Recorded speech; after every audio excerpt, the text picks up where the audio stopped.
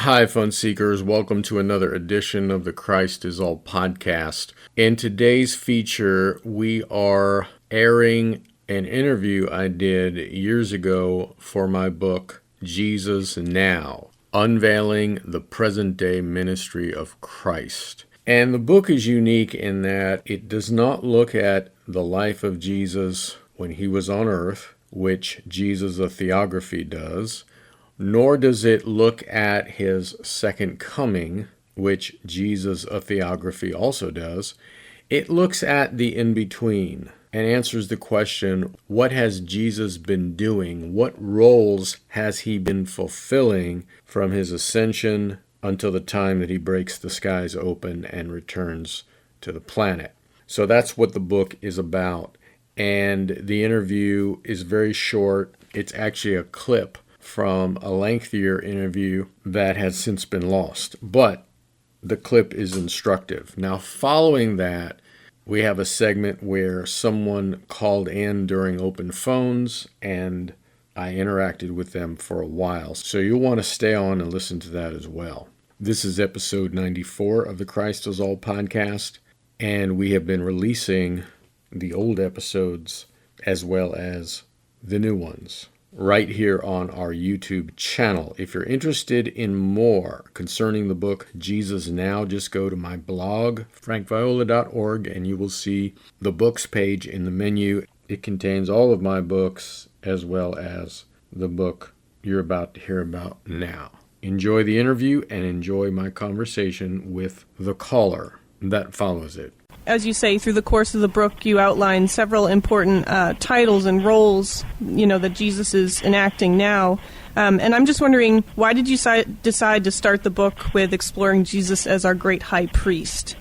I did that because I gave the book to several people, and just for your listeners, the 7 ministries are: he's great high priest, he is the chief shepherd. These are all New Testament terms for his present-day ministry. He's the heavenly bridegroom. He is the author and finisher of our faith. He's the builder of the ecclesia, the church. He is the head of the body, and he is Lord of the world. And all of what the New Testament says about what he's doing right now can be categorized under those 7 headings. The reason why I began with Great High Priest is because the publisher liked that chapter the most. Okay. I've had other early readers read it, and one person loved the Lord of the World chapter, and then another person who's very close to me loved Chief Shepherd. And each chapter seems to speak to different people. I guess that's based on where they're at in their journey. Mm-hmm. But the publisher said, we love the Great High Priest, so that came first. You know how on an album, right, you lead usually the first song is the one that the producers think may become a single and may become the most popular, so they put the first one,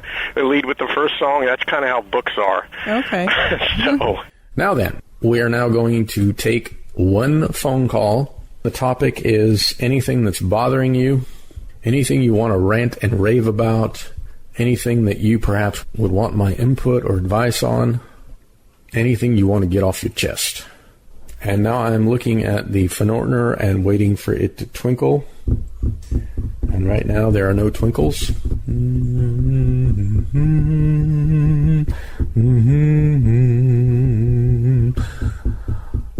You can call it any time now, folks. I am ready to go.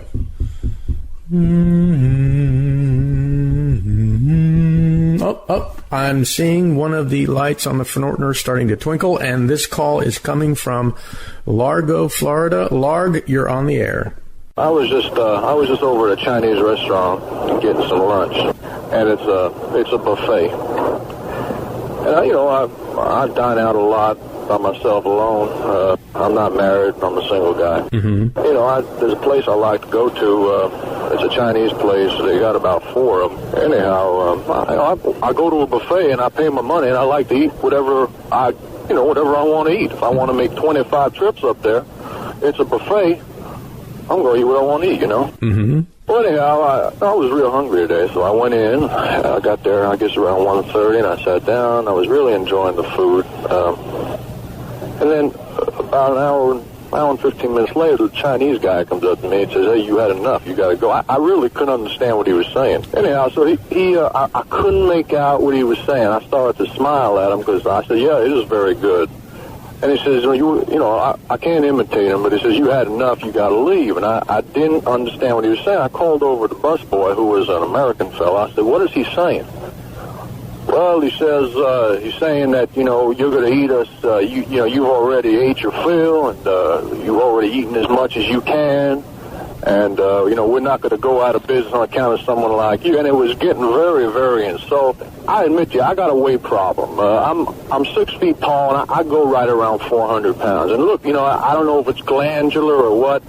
I'm a relatively successful guy, and I'm well groomed. It's not like I'm one of these big, slobby looking fellas. Right. And I take a lot of pride in myself. I don't have a complex. I got a nice family. I drive a nice car. I'm not married at the time, and I'll admit to you, it's tough getting lady friends. And I don't need a little Chinese guy coming up to me and insulting me like that. And I was flabbergasted. I would have been embarrassed too. I was in the middle of eating an egg roll, and I didn't leave, and I didn't lose my temper, and I said, "Okay, sir, I will, I'll be done in a few minutes." And I got up and I paid my bill.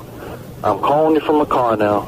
I am just feeling like crap. I feel like I should have slapped that guy or called the cop or something. What are my rights here? I mean, the place is buffet. I'd call the cops.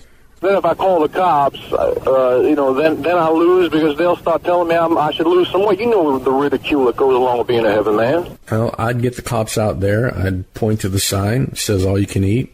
The guy threw me out. You think that's what I should do? And that's what I would do. It's just bugging the hell out of me. I'm driving around, and I listen to you a lot, and I had to speak to somebody. I understand, man. That's what we're here for. Let us know how it turns out. All right, I will. All right, take care. Well, ladies and gentlemen, that will end our phone call. Keep listening because I may do this from time to time. Again, I'm really looking forward to the 100th episode. You do not, under any condition, want to miss that. Until next time, be good.